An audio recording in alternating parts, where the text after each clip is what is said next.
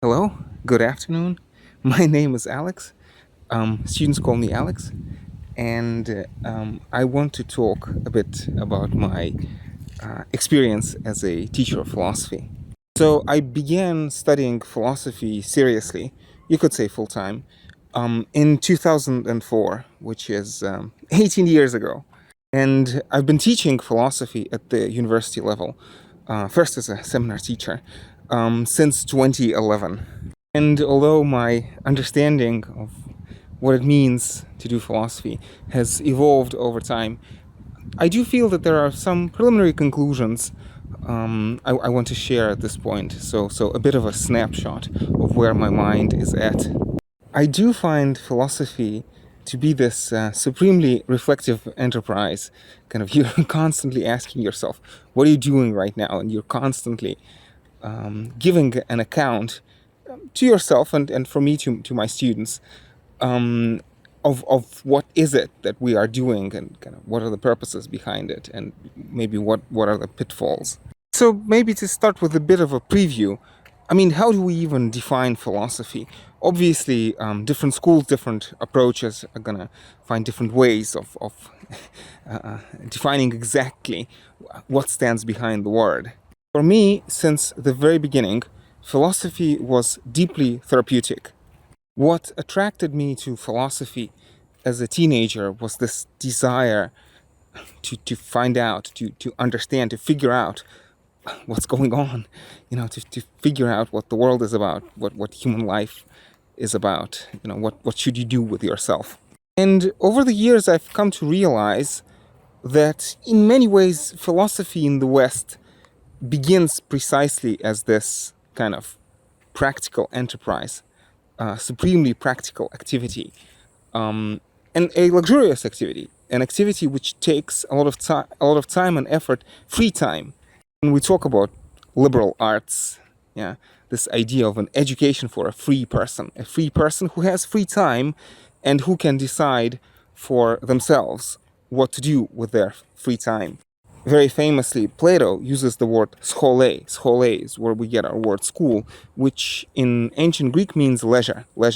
And in Platonic dialogues, we see Socrates engaged usually with aristocrats or wealthy merchants or with their children, people who have time on their hands, who can afford the luxury of caring about themselves and asking themselves these questions, sometimes more abstract and sometimes more concrete. But either way, people who have the luxury to not act out of necessity constantly, driven by fear or driven by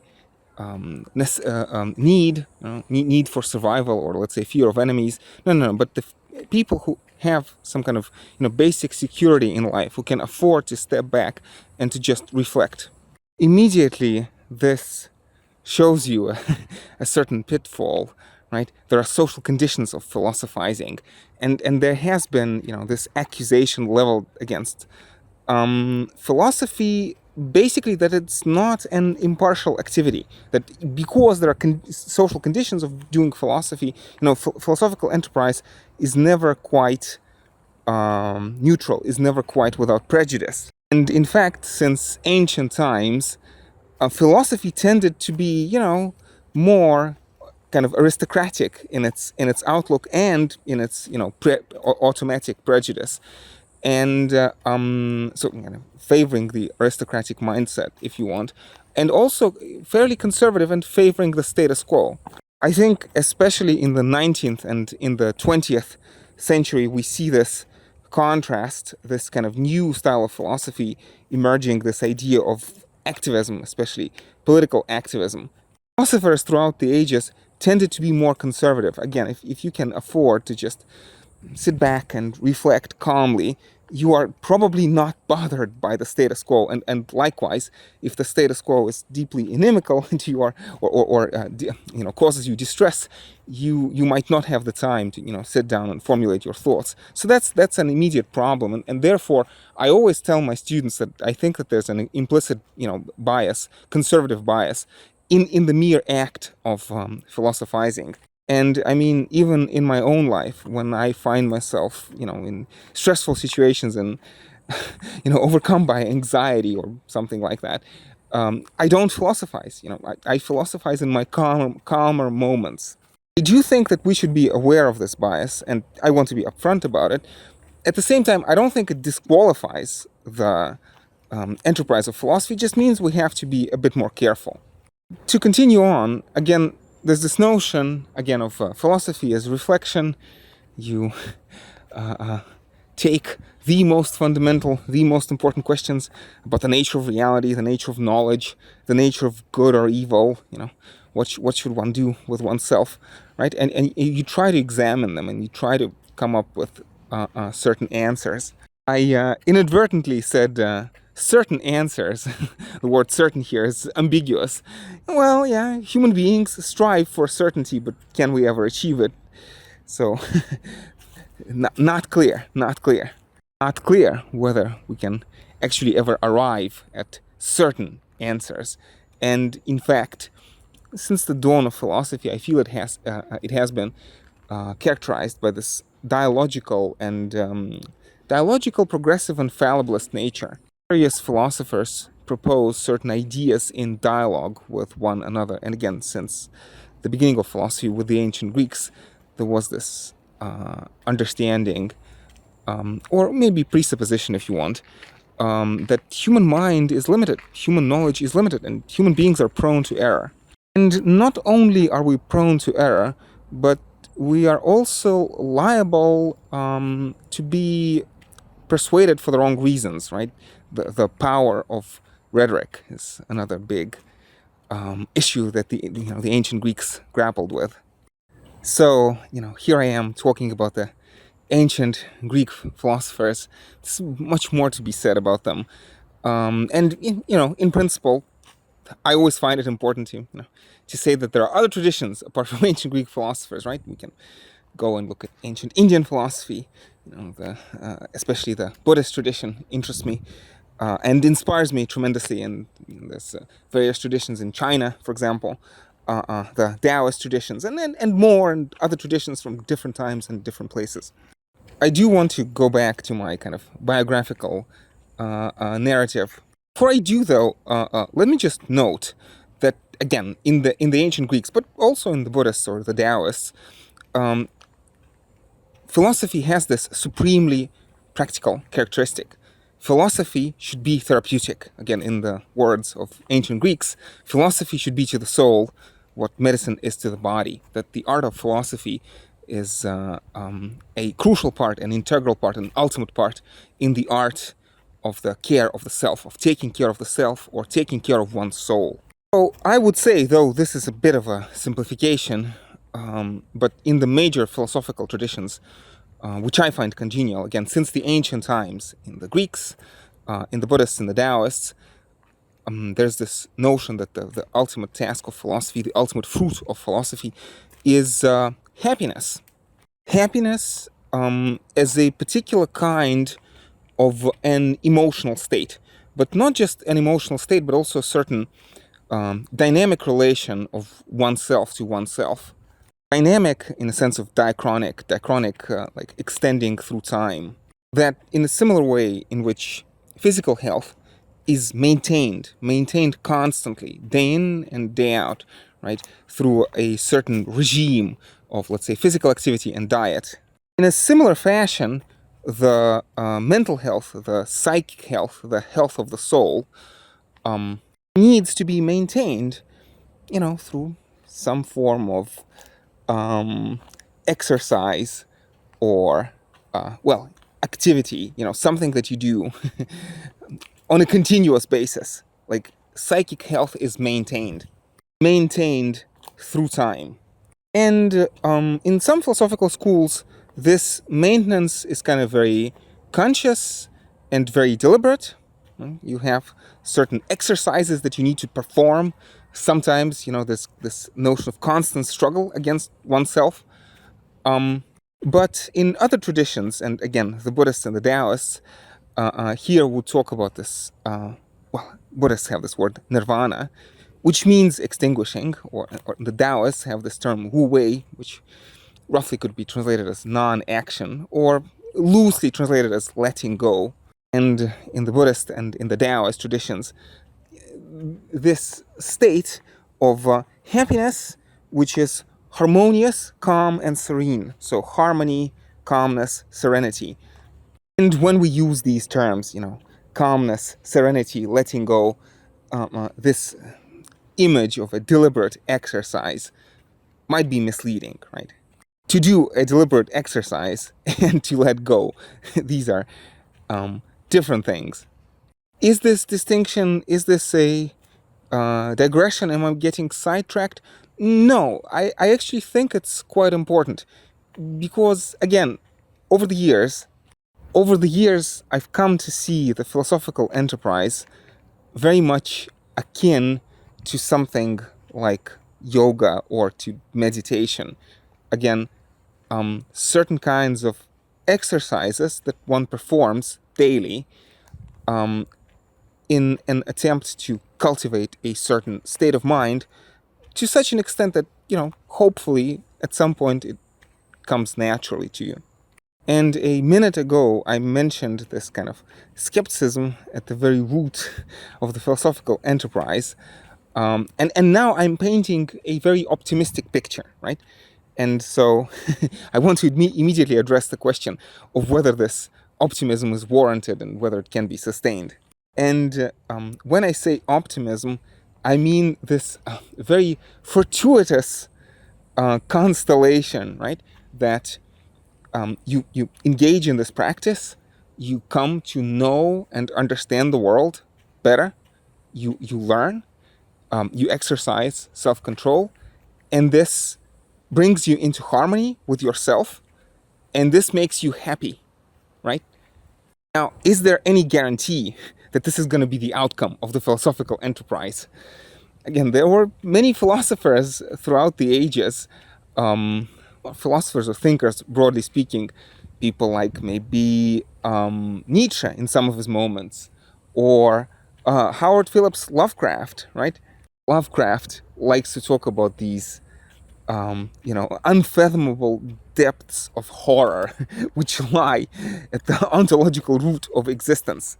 So could it be that, through philosophy, we come to supremely pessimistic conclusions? We become horrified and we become unhappy. Well, yes, in principle, I guess that's a possibility. That has not actually been my experience. But, if somebody were to confront me and to ask me, are there any guarantees? I would say no. Unfortunately, there are no guarantees. And again, I'm still trying to go back to my biographical narrative. When I've only begun doing philosophy, I was very aware of this. The first time you start thinking through the epistemological problems, you start, living through, imagining, coming to grips with thought experiments like the Cartesian demon, and you realize that our knowledge, the stories we tell each other about, human place in the cosmos, right? That these stories do not have anything like a very firm foundation beneath them. That kind of an experience of extreme vertigo and of the loss of ground beneath one's feet, this experience is deeply terrifying and was deeply terrifying to me. Again, those 18 years ago when I first started, engaging seriously with this tradition. But the question is kind of, what's the alternative? What can we do? What can we do about it? I mean, some people might say ignorance is bliss. But I've never found this position to be, congenial. This position never made sense to me. And it's not like I have a logical argument against it. By the way, this is another big topic I like to talk about, is that, I feel that there's this deep, very false, very misleading dichotomy between passion and reason. We engage in philosophy because our emotions motivate us.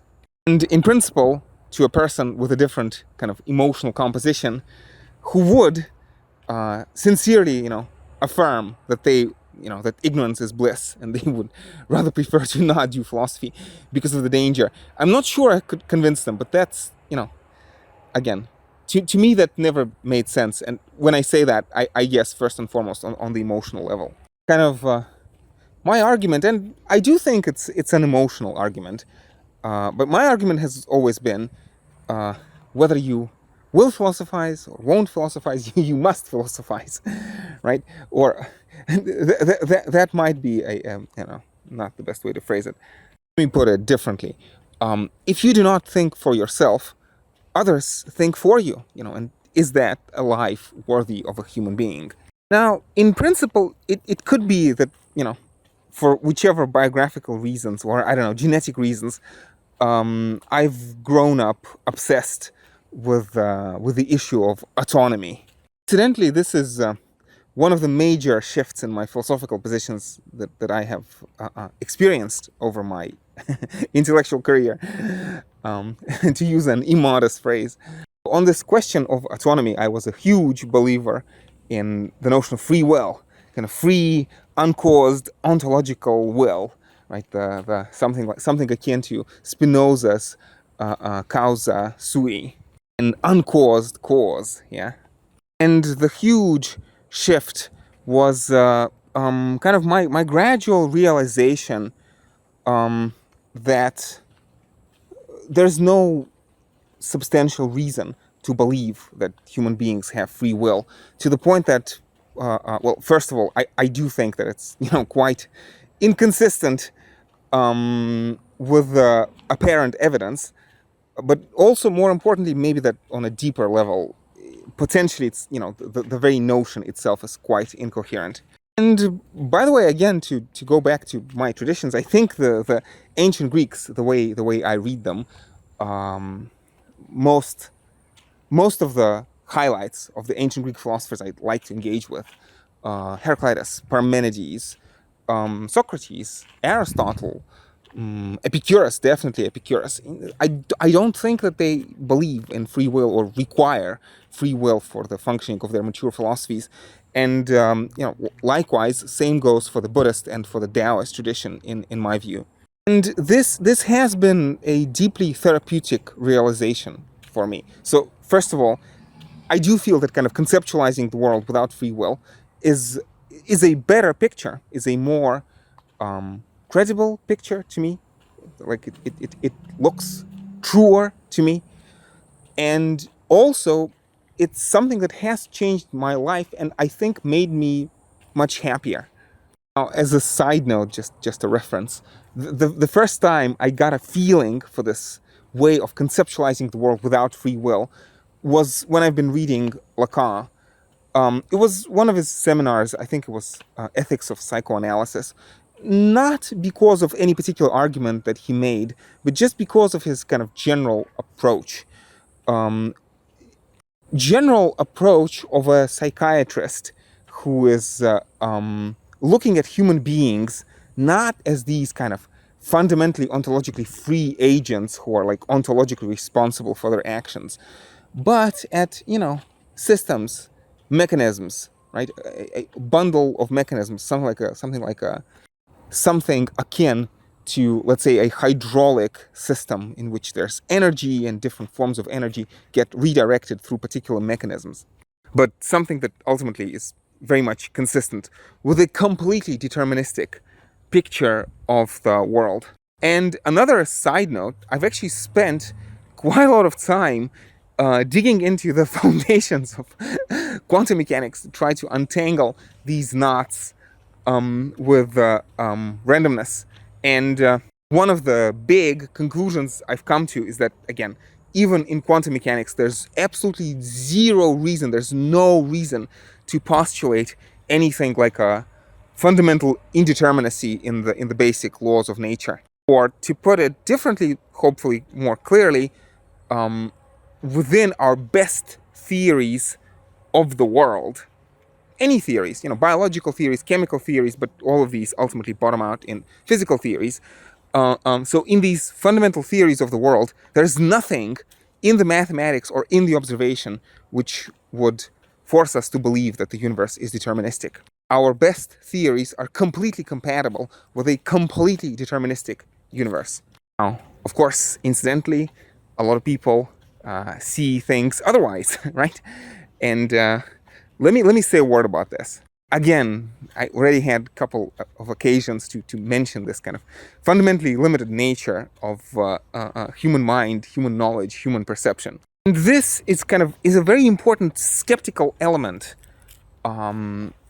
which I've learned to cultivate and to live with throughout the years of doing serious philosophy.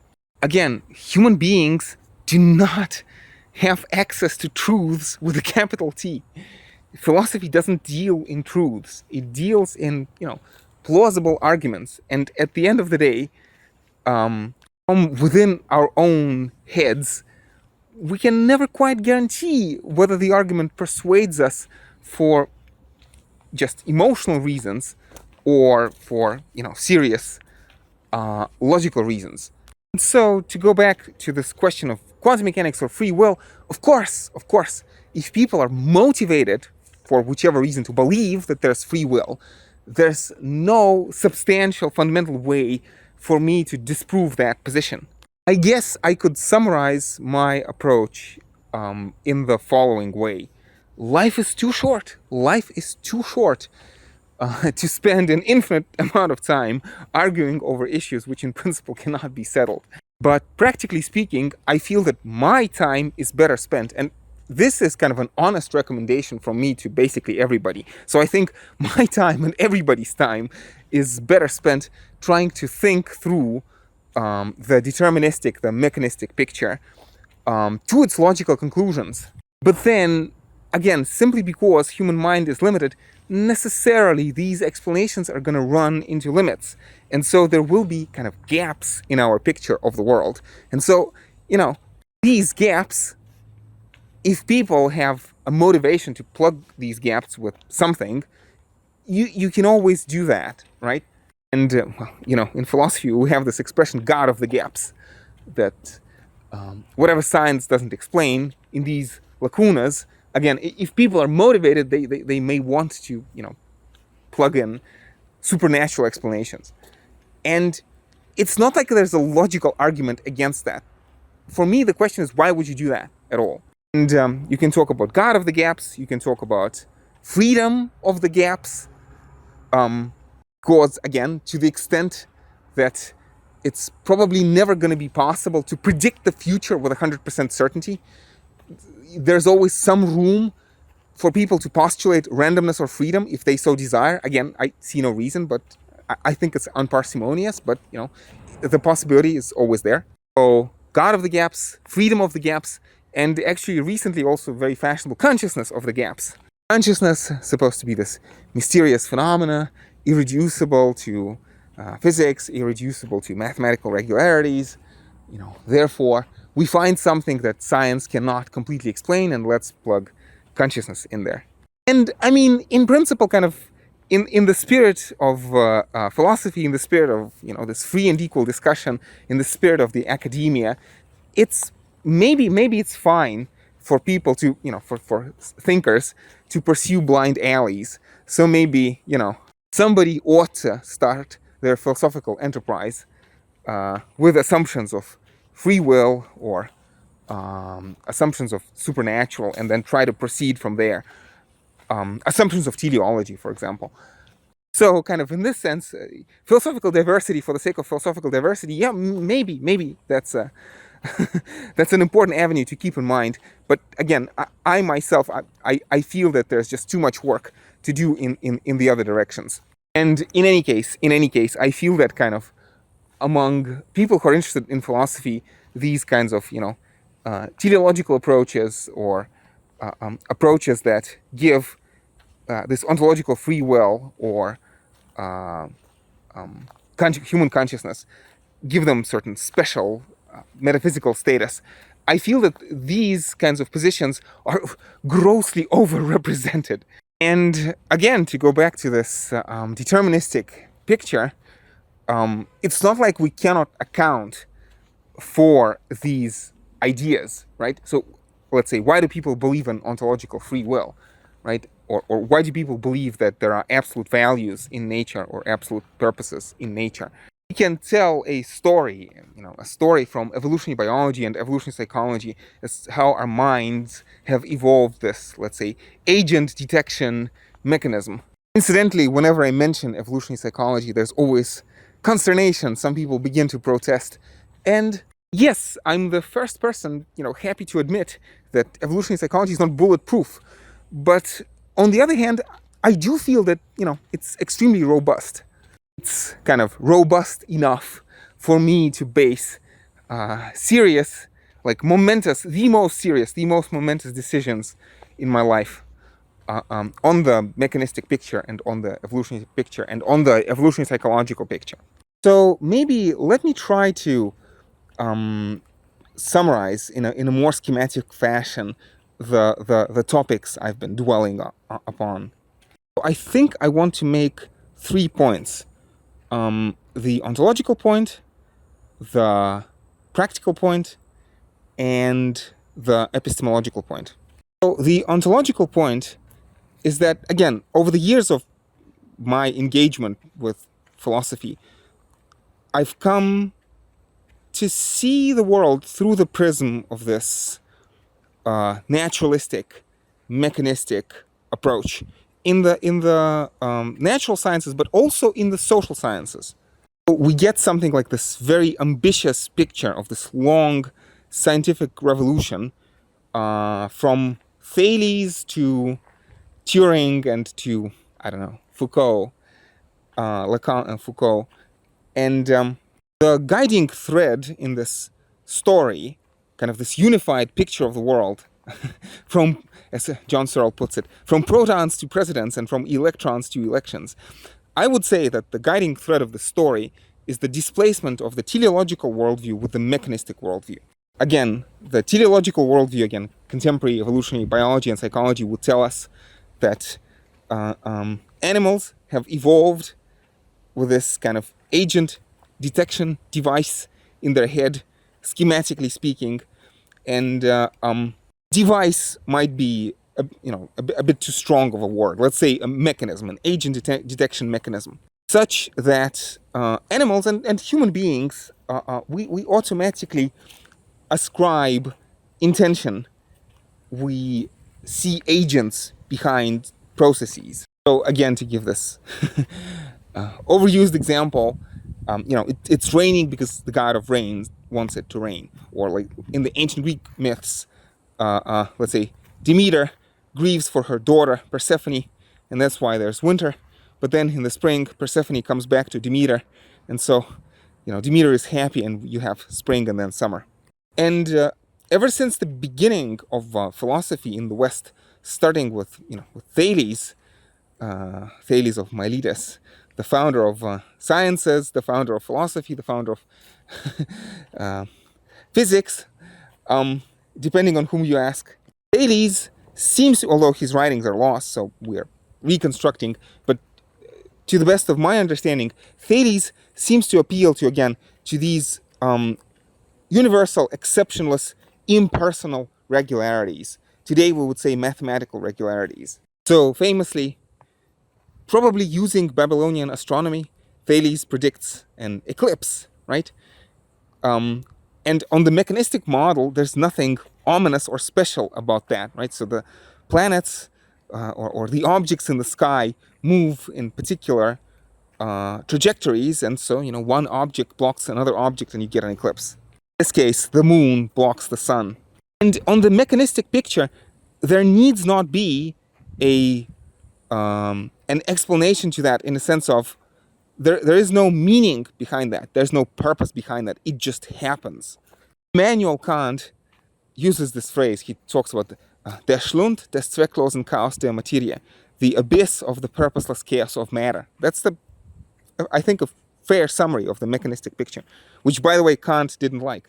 But on the other hand, on the teleological picture, telos in Greek means aim or purpose or goal. So the teleological view of the world is kind of this intentionalistic, purposeful, value-laden view of the world, that there are absolute values, absolute purposes in nature. The teleological view of the world, if there's an eclipse, there must be a meaning behind that. Maybe gods are angry, or maybe that's a sign. And ultimately, on the teleological view of the world, and you can see this in some of the strands, let's say, of the Abrahamic tradition, Abrahamic religious tradition, right? Or in other religious traditions for that matter. Again, this notion that, anything that happens, if you have a splinter in your toe or a pimple on your forehead, or Jupiter forbid if your loved one dies, right? This must have a place in the grand plan of the universe. It must have some sort of a significance, moral significance. Now, incidentally, it's hard to believe that this conflict can ever be fundamentally settled, fundamentally resolved. I mean, the conflict between the teleological and the mechanistic worldview. In the sense that, short of the perfect predictive power, like unless your models can predict and control, every facet of what's going to happen in the future, there's always going to be gaps. There's always going to be room for the teleological picture. Oh, and by the way, even if you can predict everything perfectly, which is probably just not in the cards, but even if you could, there are these interesting, conceptual schemas like occasionalism, due to Malebranche and Goylings, I think. So occasionalism and epiphenomenalism, right? So this notion that even if you are able to predict and control everything, there's still kind of another side of the story that you are missing. Anyway, I'm not sure if that's clear or not, and maybe that's beside the point. But, if you're willing to continue this conversation, if both sides are willing to continue to argue between teleological and mechanistic approaches, this argument can never be resolved. Immanuel Kant calls these kinds of questions antinomies. And he uses the word dialectic in his own special way, meaning that, it's, in some sense, it's an endless dialogue. Well, in an important fundamental sense, it is an endless dialogue. For every argument, there is a counter-argument. And so these antinomies can, again, never be resolved in the space of pure reason, I think Kant would say. So to recap, I'm trying to make 3 points, but fairly long points. The ontological, the practical, and the epistemological one. So again, the ontological point is that there's this mechanistic picture of the universe, which is the abyss of the purposeless chaos of matter, which is mechanistic, based on mathematical regularities. At the end of the day, ultimately nothing in this world has meaning with a capital M or value with a capital V. In our best contemporary physical models, the universe, or let's say the observable patch of the universe, the part of the universe that we can see, simply evolves from this not entirely explicable starting condition of very low entropy, which could loosely be called the Big Bang. So this starting condition of low entropy through time evolves towards greater and greater entropy, which is disorderliness and chaos. And this increase in entropy, again, this history is not directed anywhere. It doesn't have a happy ending, again. But like in Shakespeare, in the words of Shakespeare's Macbeth, right, it's a tale told by an idiot, full of sound and fury, in our case, cultivating in just the heat death of the universe, where nothing interesting or nothing meaningful happens. In some sense, nothing meaningful even exists, or at least nothing that you and me would recognize as meaningful. Of this cold vacuum. Side note and shout out to Sabine Hossenfelder. Of course, when we extrapolate trillions or quadrillions years into the future, of course, we have to ask about our error bars, right? An important methodological precaution, but I'll get to that. I mean, in general, this is just one other way in which we should remind ourselves that human mind is fallible. So even though kind of ontologically, I think that's a very robust picture, there are epistemological problems with it. Like, we shouldn't fall in love with it. We shouldn't treat it as true with a capital T. So I'm still trying to finish fleshing out the ontological point on the way to getting to the pragmatic point. But before I can do that, before we can talk about pragmatics, we need to find conscious agents in our picture, human beings, because thus far I've only talked about, universe in its broad strokes. So the idea is that as entropy increases, entropy just increases continuously. There's more and more entropy, at least on the large scales. But locally, on the way towards increasing entropy, you have this inverted parabola of complexity. As a footnote, I think Sean Carroll and his conceptualization of this relation between entropy and complexity is very lucid. But back to my point, the idea is that the emergence of life, first of all, is this simply natural process. And not just a natural process, but something like an accidental byproduct of these larger cosmic forces of increasing entropy. Another footnote, the aforementioned Sean Carroll cites geochemist Mike Russell. Mike Russell says, or hypothesizes, that the ultimate dynamic, the ultimate cause behind the existence of life is this process of conversion of CO2 into CH4 on the road to increasing entropy. So again, this account, there's nothing mysterious, there's nothing sacred about life. Life is simply a byproduct of the way in which kind of the universe locally needs to increase entropy, and in some particular circumstances this requires turning CO2 into CH4, and in doing so, as a byproduct, this generates the existence of life and eventually the existence of you and me. So presumably the earliest forms of life are continuous with non-life. They're very simple, or relatively simple chemical processes, straightforwardly recognizable as chemical by you and me. But at some point, chemistry starts to look like biology, and then you get these proto cells, and they begin to evolve, right? And evolution is another, grand idea. In some sense, again, what I called the major intellectual transition in the intellectual history of the world, transition from the teleological to the mechanistic worldview. How do we account for the mechanistic picture of the universe? Again, on the mechanistic picture, the universe is simply the abyss of the purposeless chaos of matter. But why is there so much apparent order in the universe? So incidentally, you can see how on the teleological worldview, on this kind of purposeful worldview, to give one particular example, kind of the religious theistic worldview, the disorder is the problem. If this world is the product of a divine intellect, why is there so much chaos? Why is there so much suffering? The perennial problem of evil. That's on the teleological side. On the mechanistic side, you get the reverse, right? If the universe at bottom is kind of chaotic, again, purposeless chaos of matter, why do we get so much order, right? And a crucial piece of the answer to this is evolution, and more specifically selection. So if you imagine this proto cell, to the extent that it can even survive, preserve itself, continue into the future, it finds itself in an environment which is less than ideal, right? If you imagine this kind of first cell, there are all sorts of processes from without that seek to disturb it, or seek is the wrong word because it implies intention, that will disturb it, right? All sorts of noise and interference from the environment, the noise and the interference which leads to damage, right? And if damage is not fatal, this could very easily naturally lead to mutation. Again, the easiest way to visualize this is cosmic rays. We have cosmic rays flying from space, which again, just natural byproducts of activity of the stars.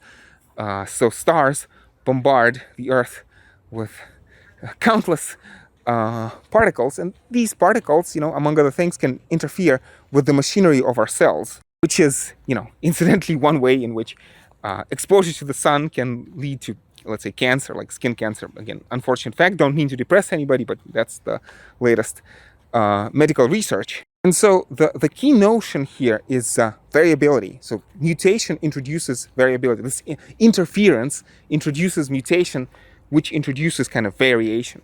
And as soon as you get variation, selection can begin to operate. And in an important sense, selection isn't a process that comes from without or on top.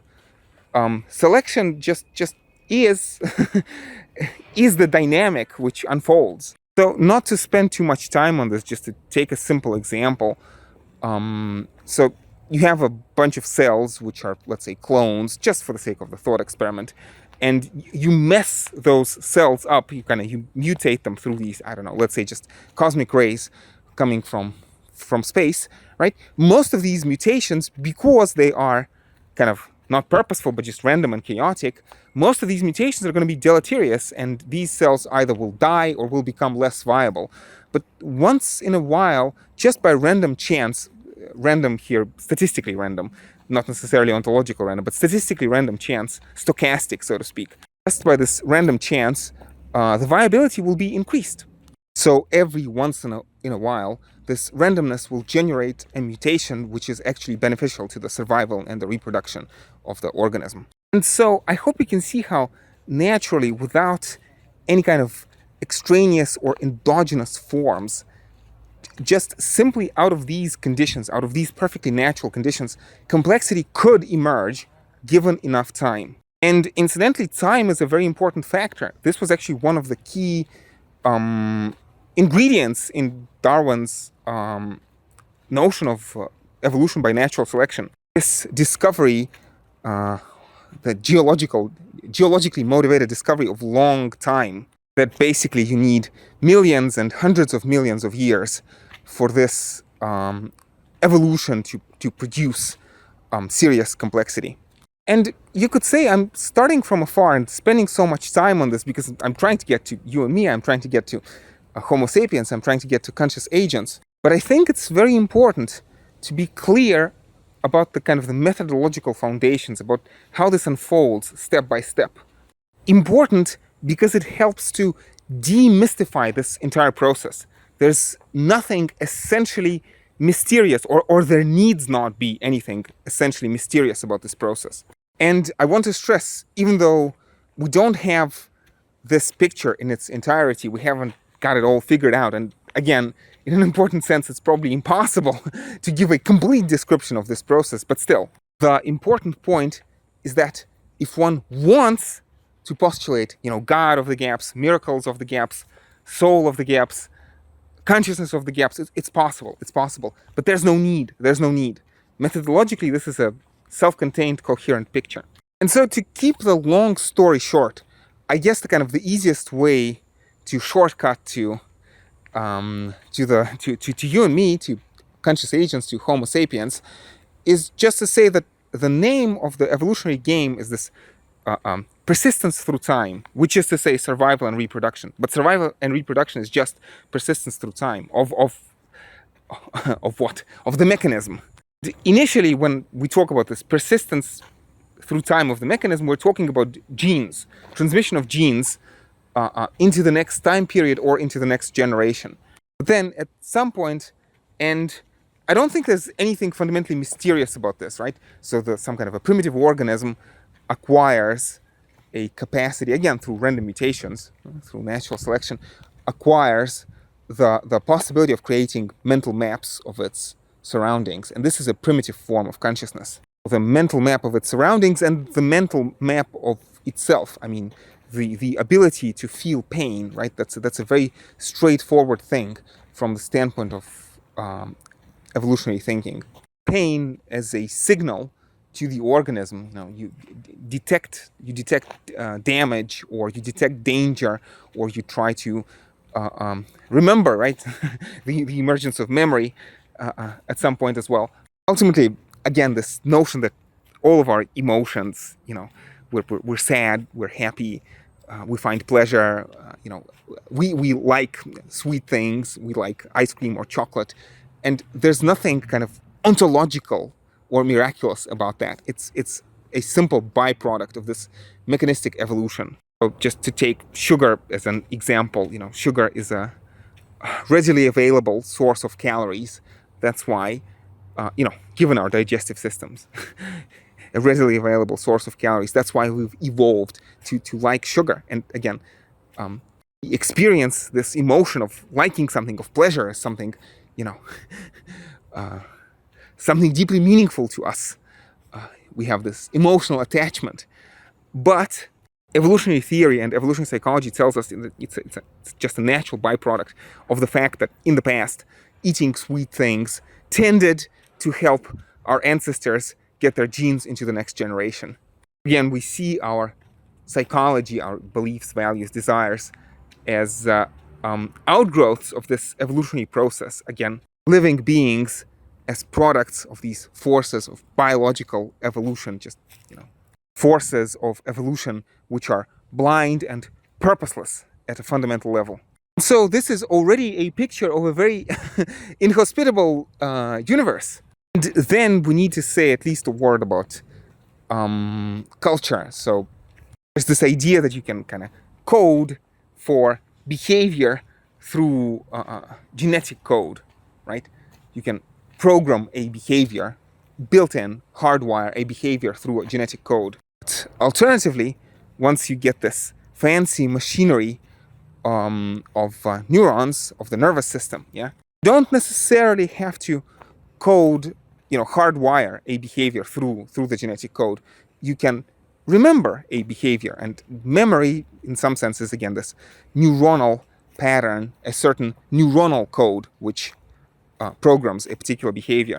Once you have it in memory, then in principle it should be possible to communicate, right? And this is how you get certain basic elements of culture, or at least culture in the way that I would use the term. So if Mama Squirrel can teach a certain technique of cracking nuts to its offspring, that's primitive form of cultural transmission. And famously, I think it was Richard Dawkins who tried to introduce the concept of meme by analogy with the concept of gene. I'll leave it here as a footnote or as a side note, but of course there's huge discussion to be had there, because I think there's deep analogy, and the word meme in principle might be useful, but we also have to be careful with it, because there's all sorts of ways in which memes are much more fluid, if they exist, are much more fluid and much more complex than the genes. Genes are readily isolatable in test tubes in the way in which memes, at least at our current level of understanding, are not. And so finally we get this idea of human beings as products of biological evolution, but also of cultural evolution. And biological evolution and cultural evolution, which kind of manufacture human beings simply, again, as a byproduct of their functioning, of the unfolding of these processes of biological and cultural evolution. And one of the defining features of human condition is that we, as humans, we are born weak. We are born helpless. We need each other. We need family in order to survive. Again, human children normally don't survive if they're just abandoned in the wild. So you get this very interesting notion of group selection, right? That human beings compete in the evolutionary race as individuals, but also as groups versus groups. And group selection operates, as far as we can tell, on the genes. So there are ways in which human sociality is hard-coded in the genes. But also, much more importantly and much more vividly, group selection impacts cultures. If you think about this, most languages that have existed, most cultures that have existed throughout the history of humanity, most religions that have existed, are now extinct.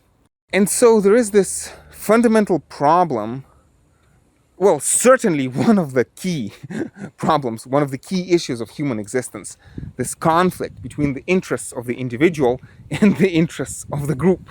William Guthrie, famous scholar of ancient Greek philosophy, makes this observation with respect to, Plato and the sophists. This idea that kind of a purer, more original human condition is that of living in small groups. Today we would say groups of hunter-gatherers. Then we get this huge event, the Neolithic Revolution, the emergence of agriculture, and it becomes technologically possible to sustain larger number of people in the same place.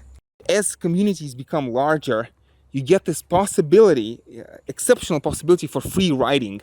And so you get these, basically you get the problem of injustice on a very different scale. In general, this is a big part of my philosophical outlook. Somebody like Rousseau points this out, and I think contemporary anthropology bears this out as well. So Rousseau, and the way I see modern anthropology, would say that this original hunter-gathering human condition is relatively happy and relatively harmonious. But then, as humans settle and become agricultural, you get endemic disease, you get bad food, actually. Also, very importantly, you get inequality, endemic inequality and endemic violence. So you get this element of endemic inflammation, this constant potential for violent social conflict, basically for, civil war. Again, to draw this idea in a sharper relief, in an original hunter-gathering condition, people live in small tribes, basically extended families. Everybody knows everybody else. You have this personal relation. And so the potentiality for this serious civil war, in-group violence, is very much diminished. It's very unnatural for these kinds of groups to go at war with each other. They may conflict between each other. There's, including paleontological evidence for out-group violence, intra-group violence, violence between groups, but not for in-group violence within the group. But now, agriculture basically enables, again, the technology of agriculture enables the production of surplus. And because workers can generate surplus, you now have the potentiality for this exploitation and inequality. Exploitation, inequality, and therefore this inflammation, and therefore this potentiality for the civil war within. And as a way to prevent that, you get the emergence of this double violence. You get the, in a schematic fashion, you get the emergence of the caste of warriors who maintain the system through the threat of use of physical force. But the second kind of violence, a very important kind of violence, the ideological violence, you get this official ideology, which is presumably religious in nature. You get the priests who explain that this order is just or ordained by gods. Again, to draw an oversimplified picture, you get the peasants producing the surplus, and then the priests and the warriors divide the surplus. The warriors threaten the peasants with physical violence if they don't give the surplus up, and the priests come in and justify this violence.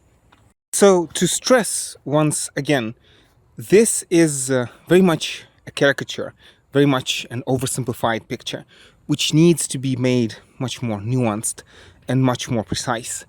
However, I do believe that this picture contains a very crucial element of truth, in a sense that, in a similar fashion in which this universe is essentially not our home, it's not made for us. This universe is the abyss of the purposeless chaos of matter, and we are in it accidentally and purposelessly, I should say. So in a similar fashion, our society, and maybe even our family, is not naturally, not automatically or essentially our home. Again, human beings are products of biological and cultural evolution, manufactured by these forces, not to be happy, not to fulfill some kind of meaning or purpose in life. We don't have that. That's not in the cards. We are manufactured as byproducts of the logics of these systems. Specifically, there's a certain evolutionary, selectionary logic of perpetuation of these systems into the future. And as a byproduct of that, we get us. And in an important sense, the thing that we truly need, that we truly strive for our lives to make sense, to have meaning with capital M and to have value with capital V, that's impossible. So in a deep sense, the things that we truly need, we cannot ever in principle get. And so necessarily the things that we end up wanting, the things that we end up pursuing, such as fame or earthly power or possessions, these things that we want are the things that we don't need in an ultimate sense. What we want, we don't really need, but what we really need, we in principle cannot get. I have to mention as a very, very important side note, which I will not pursue here, that this entire picture needs to be supplemented with a nuanced and sophisticated psychological analysis. Definitely within this analysis of psychology, language needs to play a very important part. Again, this basic schema that on top of a non-linguistic basic psychological layer, Freud, for example, calls it the id. On top of that, you get a linguistic layer, Sprachlichkeit, the word in German. Philosophy of language is a very complicated, whole separate discipline. I don't want to go into it right now. Language is complicated because it's individual and yet social at the same time. Our modern individuality, in an important respect, is very much narratively constituted, linguistically constituted. We are individuals because we tell a certain story in words, linguistic story to ourselves. Yet, language is a social phenomena. It evolves within a society. Incidentally, so language, as far as we can tell, has biological roots. So language is mostly cultural, but it's also, to an extent, a biological phenomena. What I was driving at, and it's a very important soundbite of mine, that individuality is linguistic, but language is social, and society is historical. Therefore, what we essentially deeply are as individuals, in part, is determined by language, and therefore society, and therefore history. When I say history, I mean human history, but ultimately human history is continuous with natural history on this account that I've been giving to you. So to try to get back on track, actually when I announced that I'm going to make 3 points, the ontological, the practical, and the epistemological, I didn't quite expect that the ontological would take me so long to explicate, to elaborate on, but it's okay. We have time. Hopefully you're not in a rush. So again, to recap in one sentence, the ontological picture, which I take as basic, this is a hypothesis, but this is a very robust hypothesis in my view. So the picture that I hypothetically accept as basic is the picture of this purposeless universe, the abyss of the purposeless chaos of matter, in which human beings are mere byproducts of the selectionary, evolutionary logics of biological and cultural evolution. And so moving on from this ontological point to the practical point, what is the practical outcome of this? Well, the practical outcome is that we find ourselves thrown into this world, which is not essentially our home. We find ourselves thrown without a manual, not sure what to do. We find ourselves as always already necessarily members of society. I mean, human beings don't survive in any other way.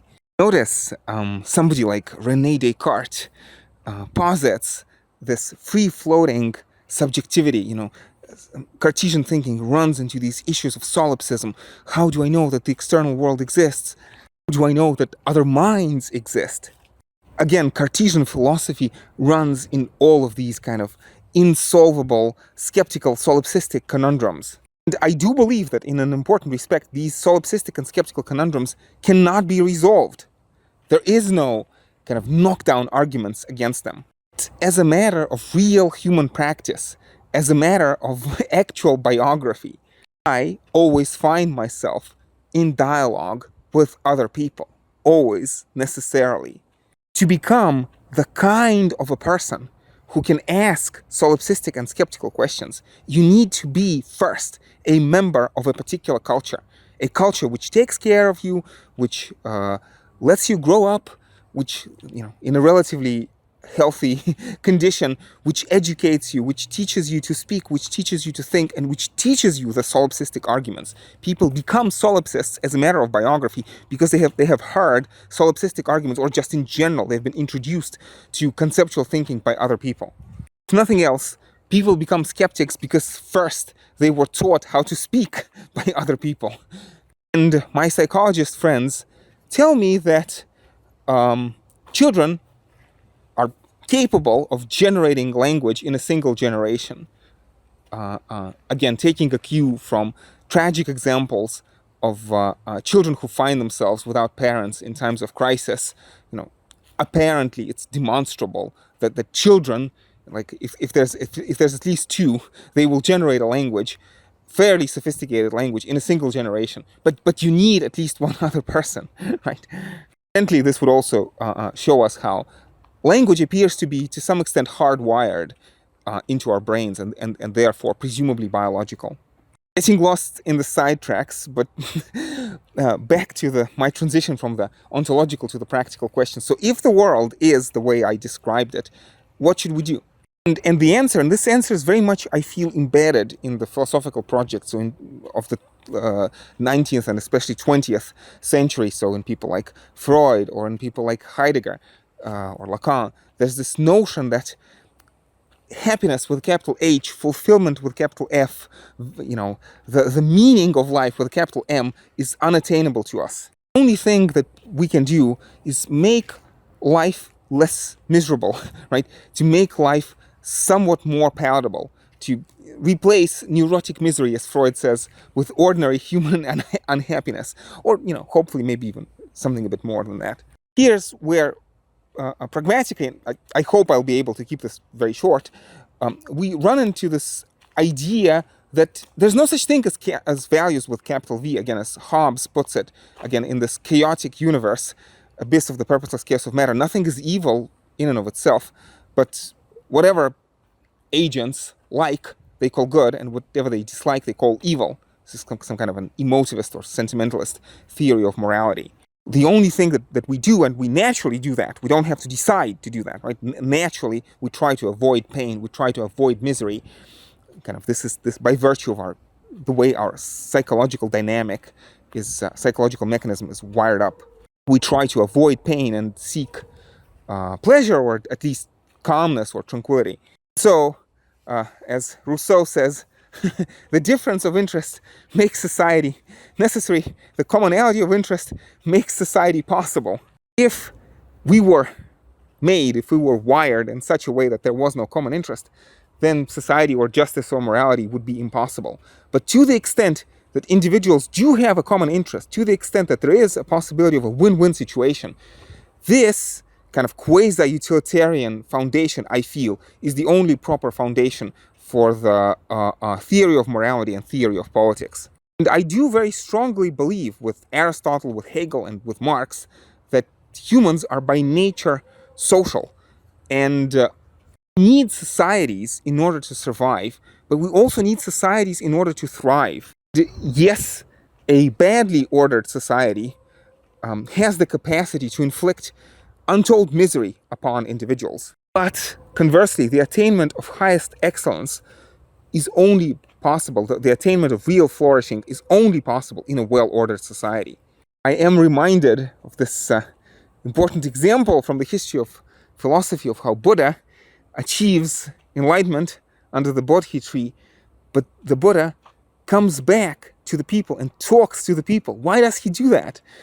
The Buddhist tradition, grapples with this question, and there are different answers, but provisionally my answer is because that's the nature of human condition. That's the nature of human predicament. We thrive and we are happy. We are by nature social. So of course, the Buddha, when he becomes the Buddha and attains enlightenment, comes back to share this enlightenment with his fellow human beings. So to keep this potentially very long story as short as possible, again, we have this beautiful, optimistic formulation of the project of enlightenment, that human society can become self-conscious, human society can become self-transparent, that at the end of the day we can solve the riddle of history, we can reconcile the interests of the individual and the interests of society, we can create a harmonious society such that, in the words of Karl Marx, there will be no difference between altruism and egoism. In a well-ordered society, human beings fulfill their subjective inclination in such a way which is also socially constructive. The optimistic hope in somebody like Thomas Hobbes, this idea that the strength of the sovereign, the strength of society, derives from the vigor of the subjects. There is this virtuous circle that strong society requires strong individuals, and in return, the the individuals will reinforce the social bond. Now, given the basic ontological picture that I've been telling you of the universe as the abyss of the purposeless chaos of matter, this rosy, enlightenment, optimistic dream can only be a hope. But we must hope and we must try, because otherwise, why get out of bed in the morning? As Antonio Gramsci puts it, pessimism of the intellect. Pessimism of the intellect. The intellect reveals to us the universe as the abyss of the purposeless chaos of matter. But against the pessimism of the intellect, Gramsci postulates the optimism of the will. And I would very much define and situate my own philosophical project within this hope.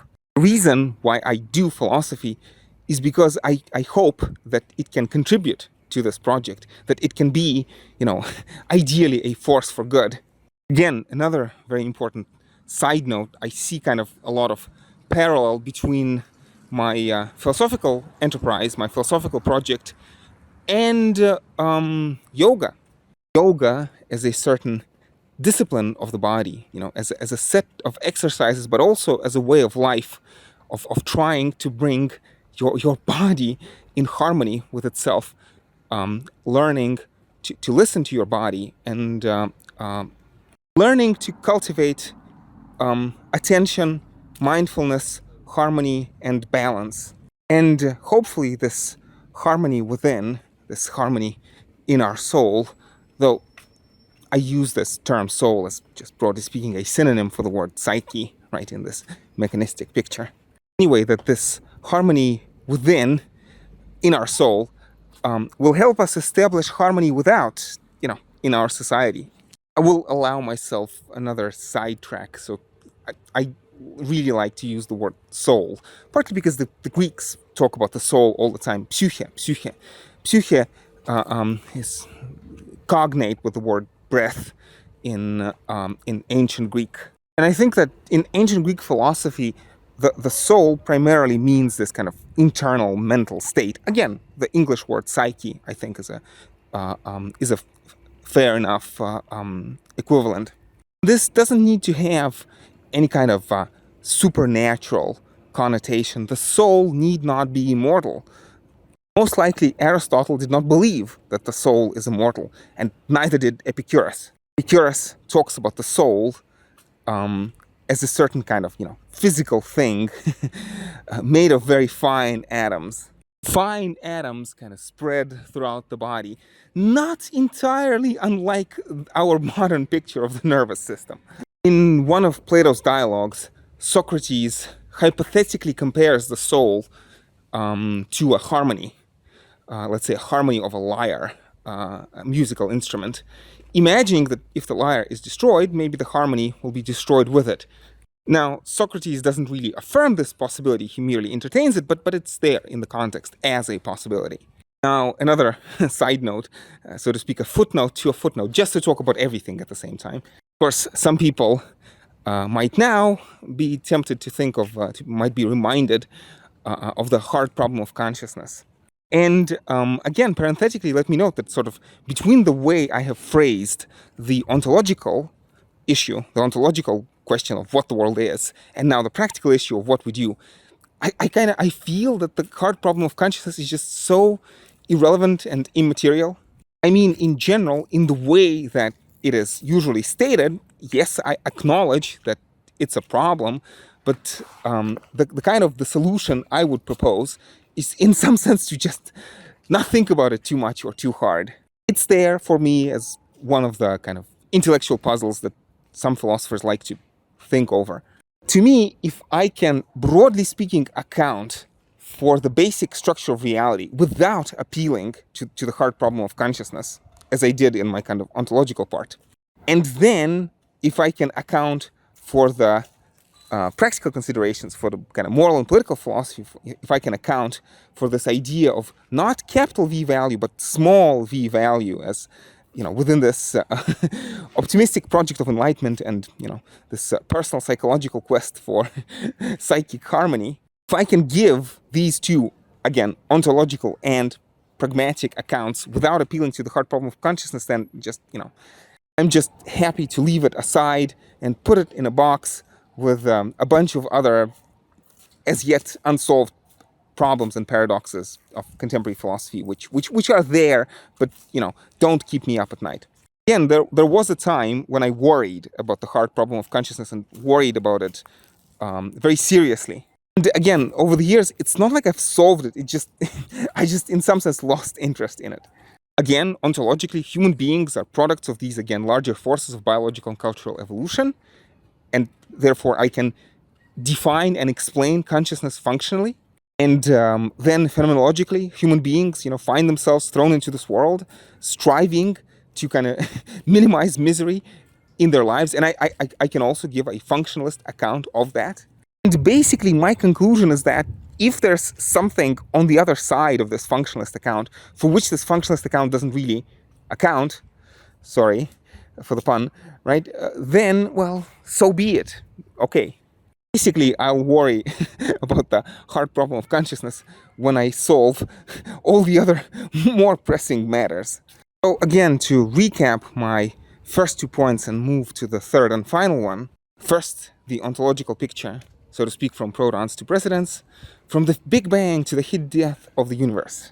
Second, the pragmatic, the, broadly speaking, utilitarian, but also phenomenological account of small v values. So then the third and final, I come to the epistemological point, and in doing so, in an important sense, I'm coming full circle to what I've begun with, this question of skepticism. So more specifically, skepticism about what? So I've given this very ambitious account of what we are ontologically from protons to precedents, and what we should do pragmatically, so to speak, from individual desires to public policy. And even though I do find both these accounts highly plausible, and again, pragmatically speaking, I act on the supposition that those accounts are true. And yet, at the same time, I feel it's very important to maintain a critical distance from these accounts, to remember that truth with a capital T is not available to the human intellect. That those ideas, convincing as they are, one shouldn't kind of fall in love with them.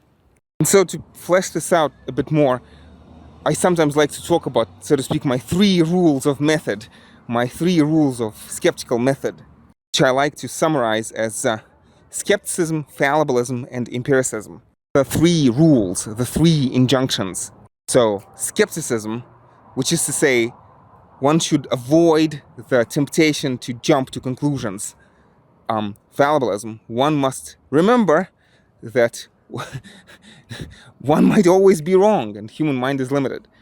And the third one, empiricism, is pay attention. Phenomenologically, we should pay attention to the way the world presents itself to us. I should give a shout out to Sextus Empiricus, who, colloquially, I like to call my favorite philosopher, and in many ways, I do feel that he does form the basis of my entire philosophy. Throughout the 18 years of my studying philosophy and 11 years of teaching philosophy, there is an important element of empiricism already there in Sextus. Sextus talks about how we acquiesce before the appearances, how the appearances impose themselves upon us. In the sense of our, or let's say my, experience of the world is exactly that. It is experience. I experience the world in a particular way. Objects appear to me as figments of my consciousness.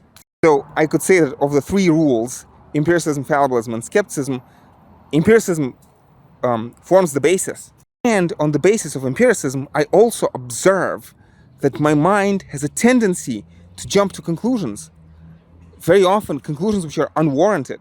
All had this experience, and notice the word experience of believing something, only then later to find out that we were wrong. Again, experience of being totally convinced, sure, in a grip of an emotion, only then to find out that we were wrong. Again, as a matter of experience, as a matter of comparing one experience to another experience. In this sense, kind of empiricism, proceeding from experience, empiricism shows its own limits. By comparing one experience to another, we see the limits of relying on experience as a guide to a complete, robust picture of reality.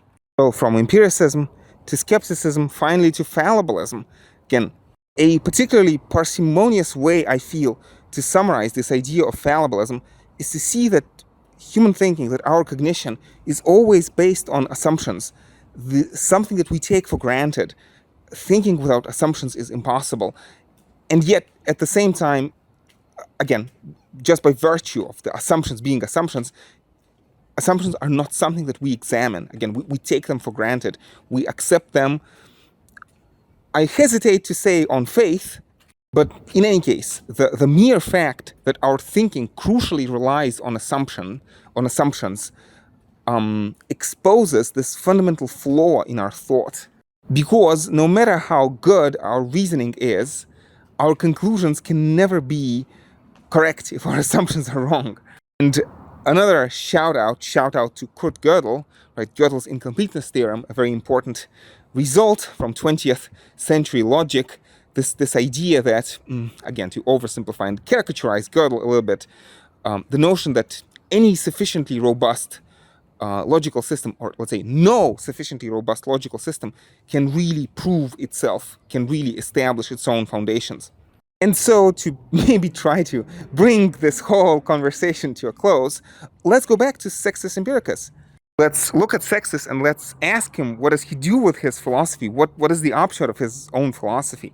Sextus, the champion of the ancient skeptics of the Pyrrhonian school, famous for summarizing the problem of the criterion, Sextus himself was a doctor. And here we come to a close, right, with precisely what we have set out with. The beginning and the end are joined. Begun this whole discussion by kind of meditating on this idea that philosophy should be to the soul what medicine is to the body. Here we have the doctor of bodies, Sextus, who also gives us the philosophy as the therapy for the soul. Because for Sextus, skepticism, this particular way of thinking, has as its goal a certain kind of psychic health, of mental health. Sextus calls it ataraxia in Greek, or apatheia, which could be translated as freedom from disturbance, freedom from intrusive passions. Or, to put it differently, calmness, tranquility, serenity. And I find it deeply instructive and also supremely beautiful that the ideas of Sextus, I feel, are very consonant to ideas of the Buddha. There is indeed a very important skeptical element in Buddhist philosophy and an important element of mistrust towards words, that human language is always, in an important sense, a misdescription of reality. Human language and human thinking are imperfect tools for grasping reality. And so both in Buddhism and in Pyrrhonian skepticism, there's an important element of, again, the skeptical detachment from the thoughts in our mind, from the words in our mouth. And this skeptical detachment, in both cases, in both Buddhism and Pyrrhonian skepticism, should lead to serenity, calmness, tranquility. Sextus calls it ataraxia and Buddha calls it nirvana.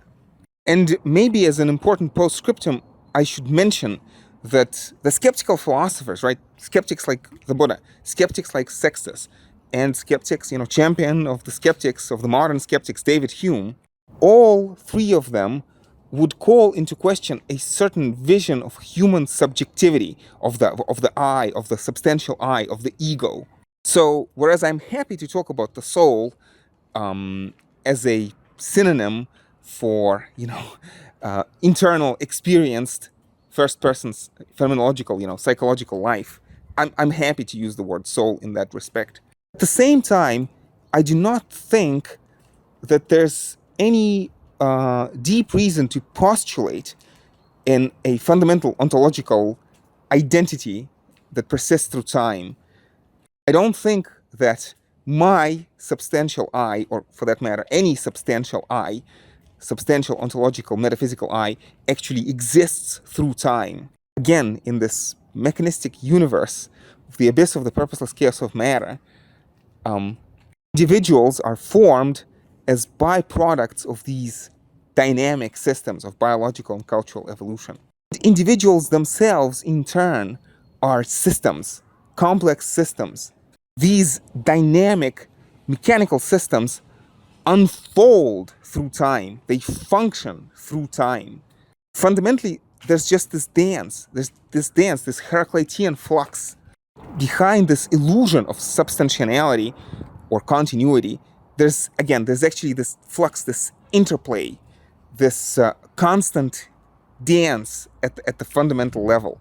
The only reason why I today look like myself a minute ago or an hour ago or a day ago or a week ago, the only reason why I look like myself in the past is because there are mechanisms which sustain me in this state from moment to moment. And if those mechanisms were to be disrupted or were to stop, this continuity, this apparent continuity would cease to exist. Basically, what I'm trying to say is that, yes, I look like myself yesterday, but my similarity to myself yesterday is akin to my similarity to a hypothetical twin brother. Yes, my hypothetical twin looks like me, but effectively we are different people. So in a similar fashion, I right now look like myself yesterday, but in this philosophical sense, we are different people. I like this metaphor due to a Buddhist philosopher, Vasubandhu. This idea that, kind of an oversimplified way of getting into this way of thinking is to imagine that we constantly die and are reborn in the same bodies. That kind of this conscious phenomenological now has come into existence a moment ago. Buddhists talk about this in terms of anatta or anatman, the non-self. And I do believe that this idea of non-self is a very interesting idea, a very deep idea, a very robust idea, and most importantly, a supremely practical idea. A practical idea and a therapeutic idea. But, very importantly, Sextus always has the last word. Begin with skepticism, and we finish with skepticism. Atman may be a robust idea, but it's just an idea. These are just words of language. One shouldn't get too attached to their truth or falsehood.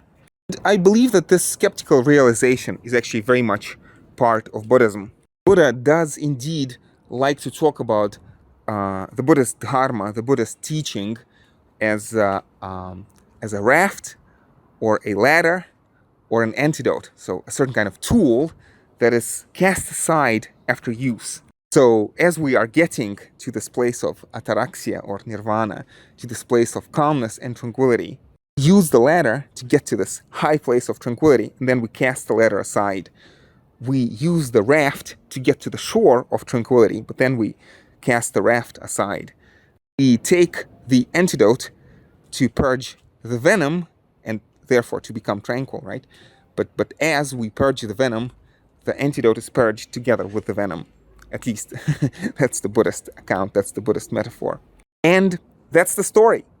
Slightly longer than I planned, but I hope it was worth it. So anyway, colleagues, thank you for your attention. More importantly, thank you for your company.